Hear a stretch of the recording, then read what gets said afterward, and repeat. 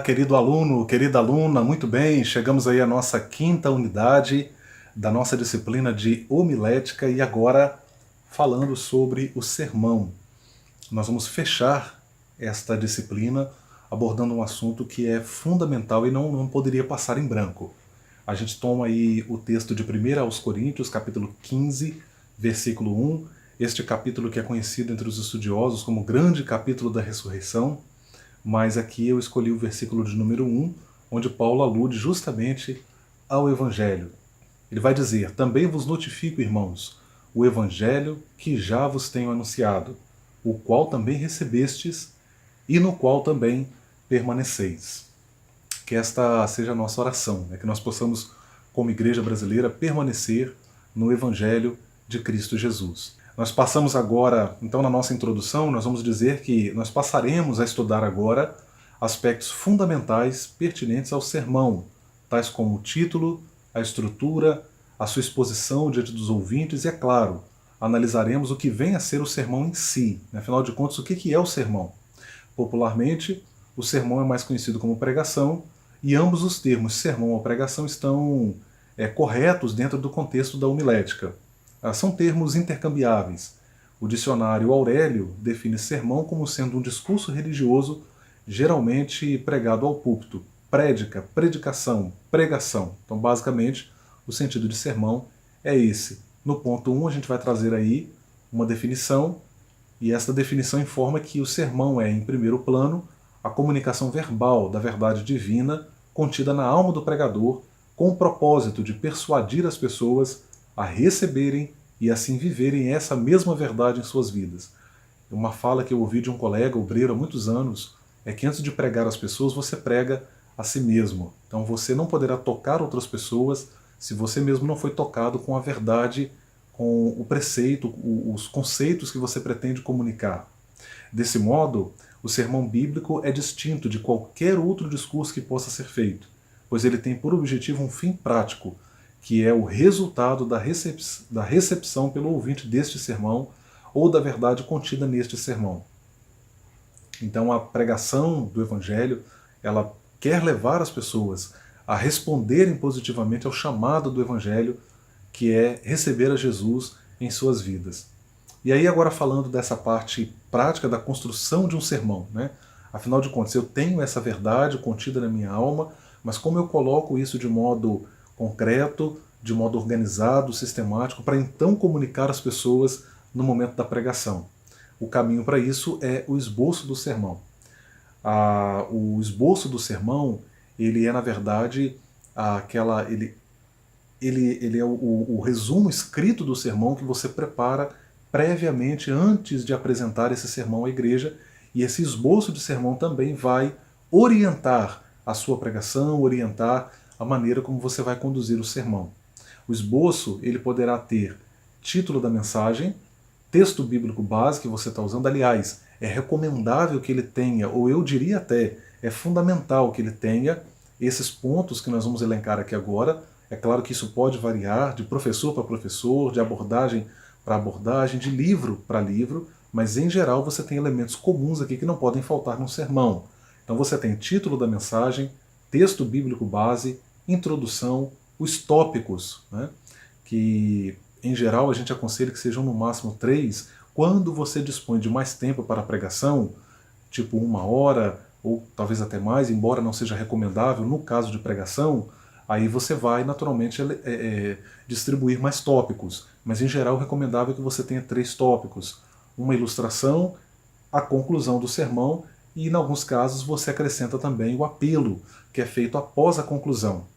Eu particularmente gosto de distinguir o apelo da conclusão. O apelo não é a mesma coisa que a conclusão. O que é o título do sermão?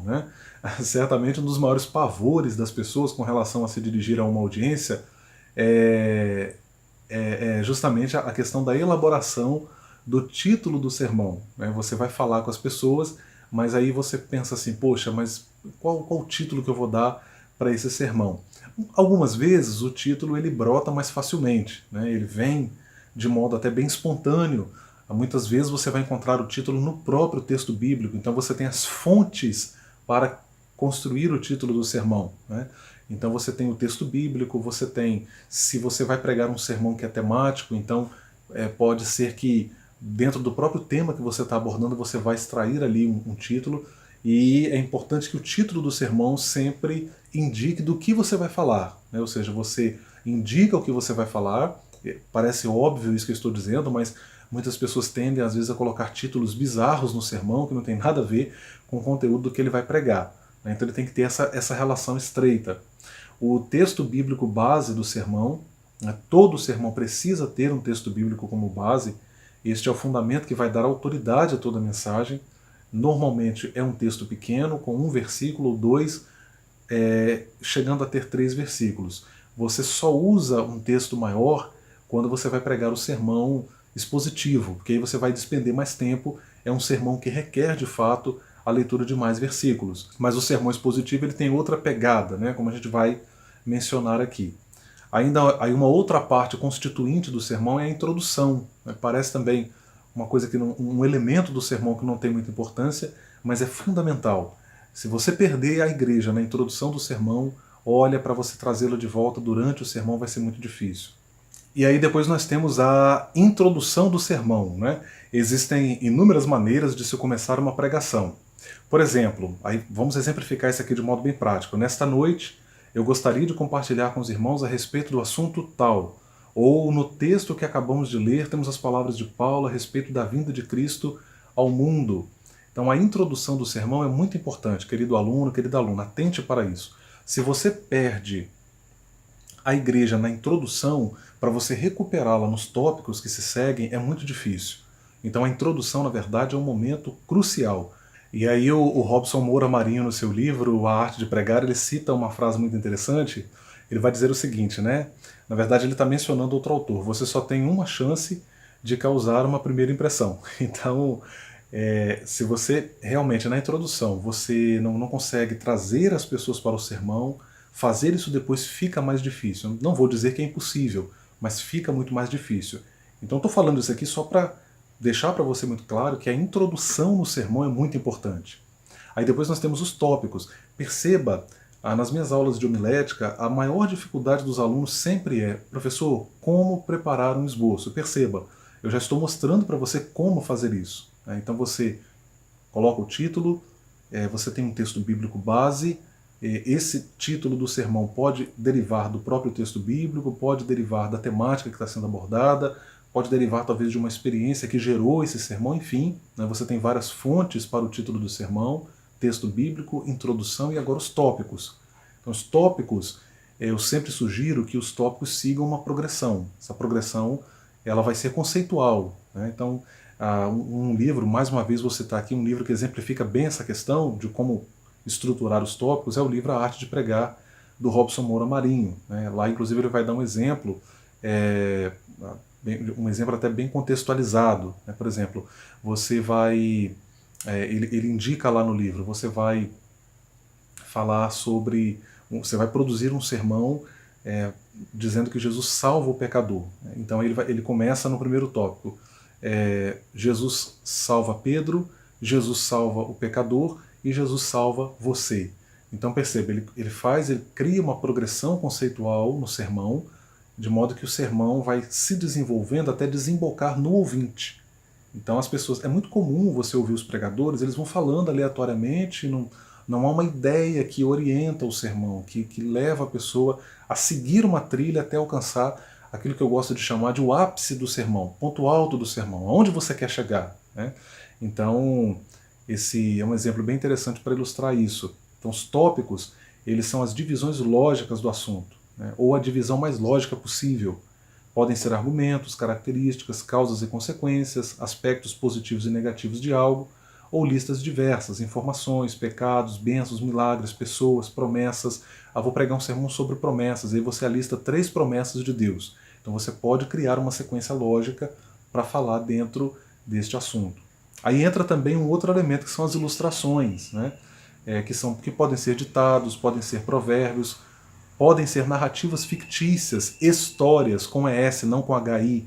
Tá? Jesus usou parábolas que não são narrativas históricas, são narrativas didáticas. tá, que aludem a fatos da vida, a fatos do cotidiano das pessoas dos tempos de Jesus, e Jesus usou isso, usou esse recurso abundantemente. Então, a semelhança das parábolas, as ilustrações nas pregações hoje, elas têm uma finalidade didática muito importante. Alguém já disse que as ilustrações são as janelas do sermão. Por que janelas? Porque janela traz luz e areja o ambiente. Então, muitas vezes você vai pregar um sermão, por exemplo, um sermão expositivo, você está abordando um tema teológico complexo como justificação, né? E aí você usa ilustrações no sermão, claro, não podem ser muitas. Alguns especialistas em homilética recomendam uma ilustração, no máximo duas, então isso varia de autor para autor, né? O fato é que você não pode encher o sermão de ilustrações, mas elas colocadas no lugar certo, no momento certo, no tópico certo, elas ajudam muito na compreensão justamente e na memorização também. Quando eu falo memorização, não estou falando daquele decoreba, eu estou dizendo no sentido da pessoa que ouve o sermão entender o que está sendo falado, o que está sendo comunicado ali, né? Uma outra parte muito importante do sermão é a conclusão. A conclusão será o ápice da mensagem. É justamente na conclusão que você chega nesse ponto alto. Opa, alcancei o que eu queria, né? Era aqui que eu queria chegar. Então não basta fazer como aquele pregador que disse, pronto, terminei. Não. A conclusão é a ideia, ou conjunto de ideias construídas a partir dos argumentos apresentados no decorrer da mensagem. De certo modo, na conclusão, você dá uma argumentação onde você está confirmando tudo aquilo que foi falado durante o sermão. Você fecha o pacote logicamente, você amarra as ideias ali na conclusão. Então, nesse momento, pode-se fazer uma rápida citação dos tópicos, dando-lhes uma amarração final. Olha, gente, aquilo que nós falamos anteriormente, assim, chegamos aqui, ó, fechamos aqui, neste ponto. Então, a conclusão também tem um papel, a conclusão tem um papel muito importante no sermão. E aí a gente entra agora na questão dos tipos de sermão. Tá? Claro que independente do tipo que você vai usar na pregação lá de domingo, no congresso, enfim, independente do tipo de pregação, se é sermão temático, se é sermão expositivo, textual ou ocasional, você precisa elaborar o sermão. Tá? Eu sei que, falando mais especificamente aqui para quem é pentecostal, esboço de sermão é uma coisa que ainda causa muito espanto em pregadores pentecostais. O esboço me deixa engessado. Não, nada disso. Isso é um mito eclesial em torno do esboço do sermão. O esboço do sermão, pelo contrário, ele te deixa mais seguro para você falar com mais propriedade, né? As pessoas pensam isso do esboço de sermão porque elas têm uma ideia errada do esboço. Elas acham que você vai ficar lendo o esboço durante a pregação. Não é isso. O esboço, gente, eu costumo dizer sempre, o esboço do sermão é para ser lido antes da pregação. Então ele é apenas para ajudar você a fixar as ideias, a memorizar. Enquanto você escreve, eu falo por experiência própria, já escrevi vários trabalhos, e o ato de escrever te ajuda muito a internalizar os conceitos. Então daí a importância, é claro que você vai levar lá o esquema, o esboço, você vai seguir os tópicos, você vai rapidamente passar o olhar e voltar a falar com as pessoas, mas você não vai necessariamente ler linha a linha o esboço do sermão, né? Isso realmente, na dinâmica da pregação, é muito difícil. Mas quais são os tipos de sermão, né? Então nós temos aí uma classificação clássica, desculpa a redundância, e esta classificação ela não deixa, né, de ter razão de ser, ela é real, porém ela é questionável, ou ela é questionada, porque de fato nenhum sermão ele está totalmente dentro de uma classificação em particular. Eu vou exemplificar, né? O sermão temático, ele vai ter um pouquinho de elementos do sermão textual, né, da categoria textual ou da categoria expositiva. Muitas vezes um sermão temático ele é também expositivo, por mais que, vamos dizer assim, né, a classificação que prevalece para aquele sermão seja temático, mas ele tem um pouco também das outras duas classificações. Então é por isso que essa classificação ela sofre alguns questionamentos, mas ela é muito usada em homilética, você vai encontrar em vários autores. Nós temos o sermão textual, que é a primeira categoria que eu vou mencionar aqui, onde o texto bíblico utilizado é amplamente explorado, ou seja, o sermão brota do texto bíblico, por isso que ele é chamado de textual. A sua estrutura, a maneira como o esboço vai ser organizado, parte do texto lido, que não deve ultrapassar 4 versículos. É um detalhe importante, tá? Sermão textual não é a mesma coisa que sermão expositivo. É o texto que servirá para dirigir todos os tópicos do sermão. Depois nós temos o sermão temático, também chamado de sermão tópico. é aquele cujo tema é extraído de determinado texto bíblico, mas as suas divisões, isto é, o seu desenvolvimento, vem de outras referências bíblicas. Tá? Ele é chamado de temático porque muitas vezes o autor tem uma ideia na cabeça, ele vai para o texto bíblico buscar no texto bíblico base para corroborar aquela ideia. Tá? E aí você tem um processo de exegese que nem sempre é ilegítimo, né? Muitas vezes é o estudo por inferência. Então você infere algo e encontra na Bíblia suporte para aquilo ali. O pregador busca argumentos para o sermão em outras passagens bíblicas, sem contudo perder de vista o tema que está sendo tratado. Então ele usa um versículo como base, mas como ele está tratando de um tema que é abrangente, ele vai para diversas outras referências das Escrituras, né? E nós temos depois aí na terceira divisão o sermão expositivo. Eu citei uma quarta, que é o sermão ocasional. Geralmente não é colocada essa divisão, mas o pastor Antônio Gilberto menciona como uma categoria à parte. Né? O pastor Antônio Gilberto, que é um teólogo pentecostal, falecido recentemente, ele coloca isso como uma quarta categoria, ou ele coloca esta como uma quarta categoria. O sermão ocasional seria aquele sermão que é pregado em ocasiões específicas, por isso chamado de ocasional. É aniversário de 15 anos da moça, é um casamento, é uma cerimônia fúnebre, então ali se ministram sermões nessas ocasiões. Então por isso são chamados de sermões ocasionais. Mas voltando a falar aqui do sermão expositivo, é aquele em que o tema e o desenvolvimento são extraídos de um texto bíblico que possua mais de 4 versículos. Tá?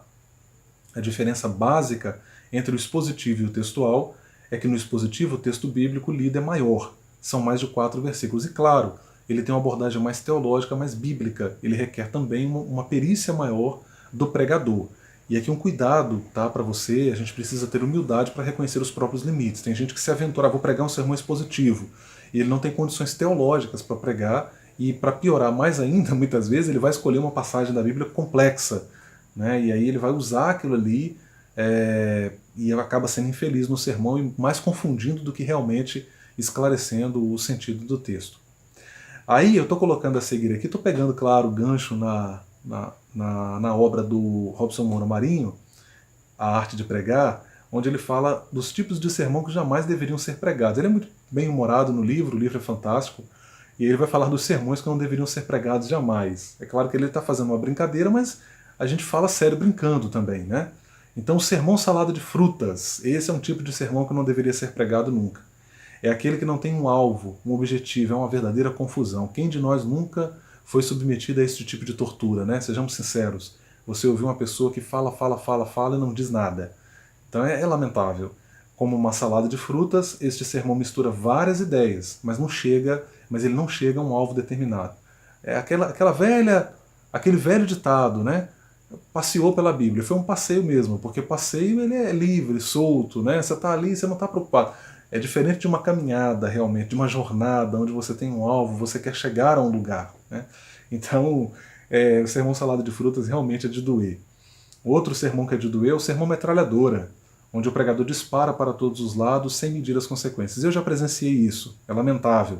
Muitas vezes, o pregador, porque ele não encontra aquela correspondência que ele esperava da igreja, aí ele começa a atacar a igreja, começa a inferir, fazer inferências equivocadas a respeito da espiritualidade da igreja. Já vi casos do pregador começar a agredir a igreja, dizer que a igreja é fria, gelada, porque o que está em xeque ali, na verdade, não é a espiritualidade da igreja, é o ego dele. Né? Então, como ele não encontrou aquilo que ele esperava, para massagear o próprio ego, aí ele começa então a desferir ataques contra a igreja de maneira irresponsável. Né? Então, a gente precisa ter cuidado com isso. Esse tipo de sermão fere as pessoas, machuca. A gente precisa lembrar que as pessoas vêm para a igreja para ouvir a palavra de Deus, para serem alimentadas, edificadas, curadas, tratadas. Né? Essa coisa de dar nome aos pecados, na verdade, tem servido mesmo para legitimar a vaidade das pessoas, a arrogância religiosa, a petulância religiosa, de gente que usa o microfone para ferir, para agredir, que é insensível ao erro alheio, ao fato de que o ser humano é passível de errar, ele precisa ser orientado, precisa ser tratado, e ao fato de que a verdade precisa ser dita com amor. Né?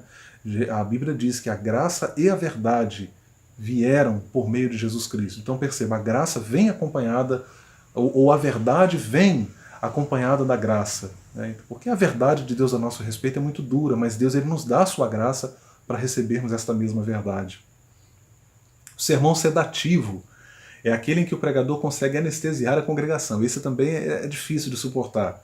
Ele é cansativo na mensagem, aquele pregador que ele não tem conteúdo, não apresenta nada novo, não é só na questão da voz, é na questão do conteúdo do sermão, né?